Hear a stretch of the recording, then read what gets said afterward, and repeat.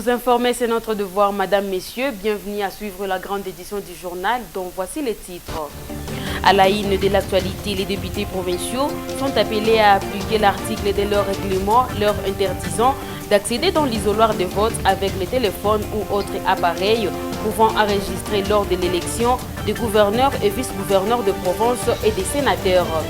Et les conducteurs des engins dans la ville de Bukavu regrettent de constater que les autorités ne s'activent pas pour réhabiliter les routes de voiries urbaines malgré les taxes payées par ces derniers. C'est tout pour le titre. Place à présent aux détails.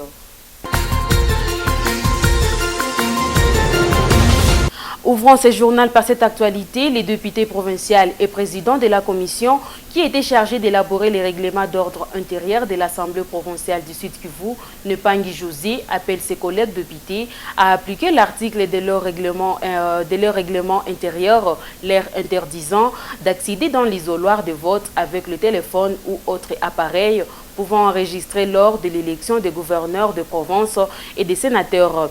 Celui-ci appelle à ses collègues que ces jours-là, ils n'ont aucun compte à rendre à qui que ce soit à part leur base qui attendent d'eux le vote d'un bon gouverneur à la tête de la province du Sud-Kivu.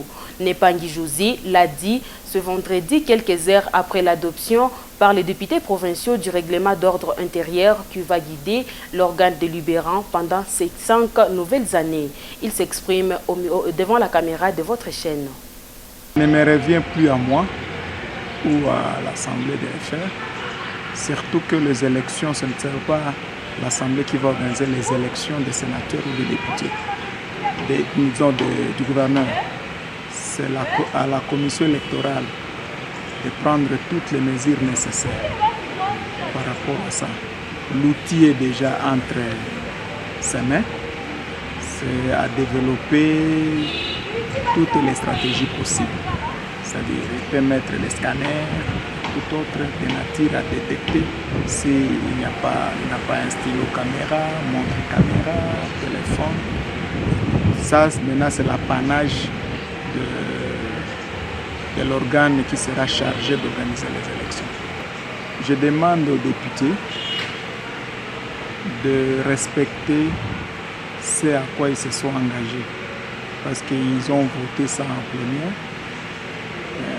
De ne faire aucune chose qui ne vaut pas considérer injuste.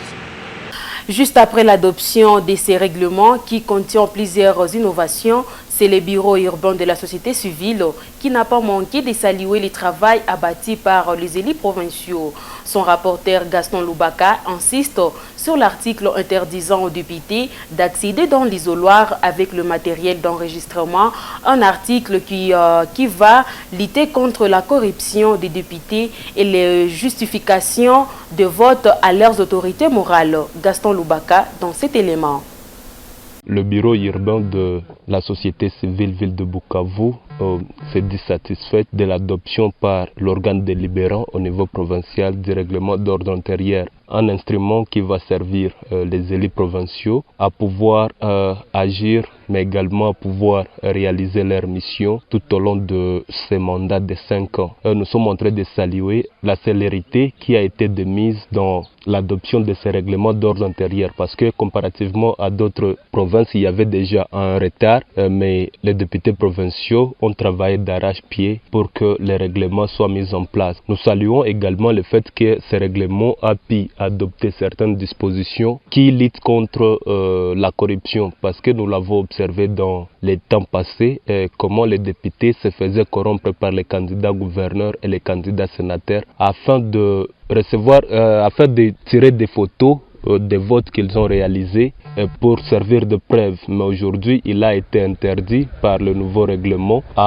aux députés de pouvoir entrer dans l'isoloir avec le matériel quelconque pouvant tirer des photos. Ainsi donc, nous pensons que les votes des députés provinciaux seront des votes libres, des votes qui ne seront pas téléguidés. La République démocratique du Congo commémore le samedi 6 avril 2024 la journée nationale dédiée au combat du missionnaire révolutionnaire Simon Kimbangu et à la conscience africaine. Cette journée, comme tant d'autres fériés, est donc déclarée chômée et payée sur toute l'étendue du pays.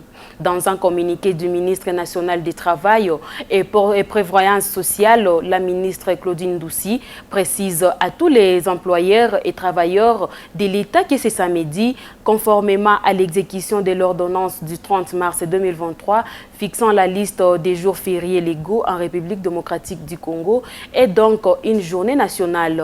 Au Sud Kivu, la communauté kimbanguiste qui va devoir commémorer cette journée dédiée au combat de son père spirituel prévoit plusieurs activités commémoratives. C'est entre autres l'inauguration du monument du fait Simon Kimbangu. Au cours d'un entretien avec votre chaîne ce vendredi, en prélude de cette journée, José Descartes, chargé de communication et information au sein de l'église kimbanguiste au Sud Kivu, appelle la population du Sud Kivu en général et de Bukavu en particulier à s'approprier les actions panafricaines de Simon Kimbangu en célébrant avec la communauté kimbanguiste la journée de ce samedi. Il s'exprime devant la caméra de Richard Moigny. Il s'agit d'abord du début du ministère de Papa Simon Kimbangu qui a vu son jour le 6 avril 1921 en Kamba, Nouvelle-Jérusalem. Ça, c'est le premier élément. Deuxièmement, demain, c'est une journée spéciale, le 6 avril 2024. Nous allons célébrer la reconnaissance par le gouvernement de la République démocratique du Congo du combat de Papa Simon Kimbangu et de la conscience africaine. Le message pour les kimbanguistes d'abord, que nous soyons très nombreux demain, parce que ça sera un triple événement, du fait que ça marque le début de l'Église, ça marque la reconnaissance par le gouvernement de la République, mais aussi l'inauguration du monument Papa Simon Kimbangu que le gouvernement provincial du Sud Kivu nous a donné. Donc triple événement demain. Et pour ceux-là qui sont non kimbanguistes, qu'ils savent qu'ils sont kimbanguistes de loin ou de près. Parce que si aujourd'hui nous avons la liberté de nous gouverner seuls, nous étions dans la colonie. La colonisation des Belges nous a fait défaut dans ces pays. Et grâce au combat de Papa Simon Kimbangu, aujourd'hui les Africains, les Congolais peuvent se diriger seuls sur tout le plan. Alors que les Congolais s'approprient cette grande journée que nous allons célébrer demain.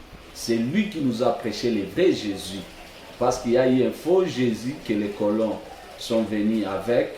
Le Jésus là qui est venu exploiter la République, il est venu nous coloniser. Mais lui, il est venu avec le vrai message de Jésus parce que lui a vu Jésus et il parlait avec Jésus-Christ. Le deuxième combat, c'est qu'il a dit, le noir deviendra blanc et le blanc deviendra noir.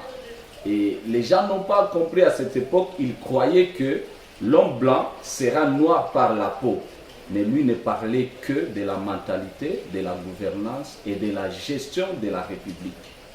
Je l'ai annoncé dans les titres, alors que les taxes sont régulièrement payées par les conducteurs des engins dans la ville de Bukavu, ils regrettent de constater qu'en contrepartie, aucune initiative n'est prise par les autorités à tous les niveaux pour la réhabilitation des voiries urbaines.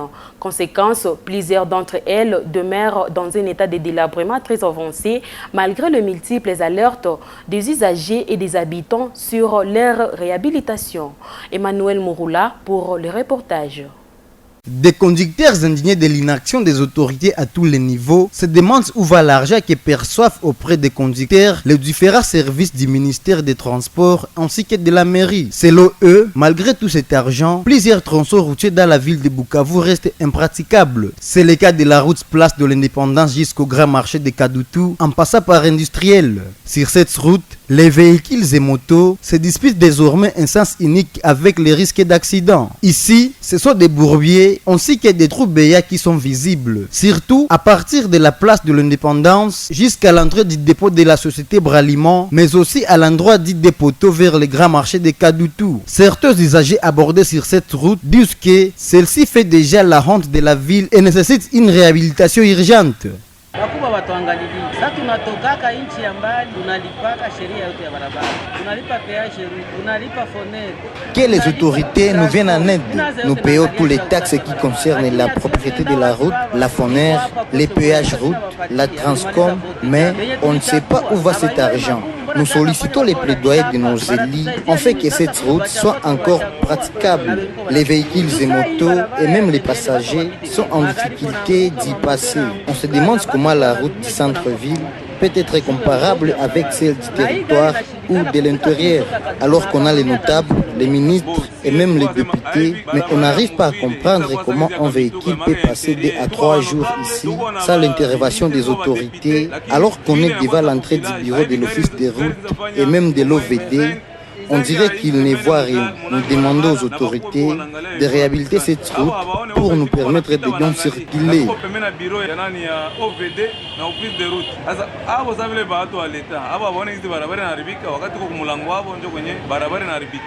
Il pense qu'il est urgent que les moyens soient dotés à l'Office des voiries et drainage pour non seulement réhabiliter la route industrielle, mais aussi d'autres à travers la ville de Bukavu.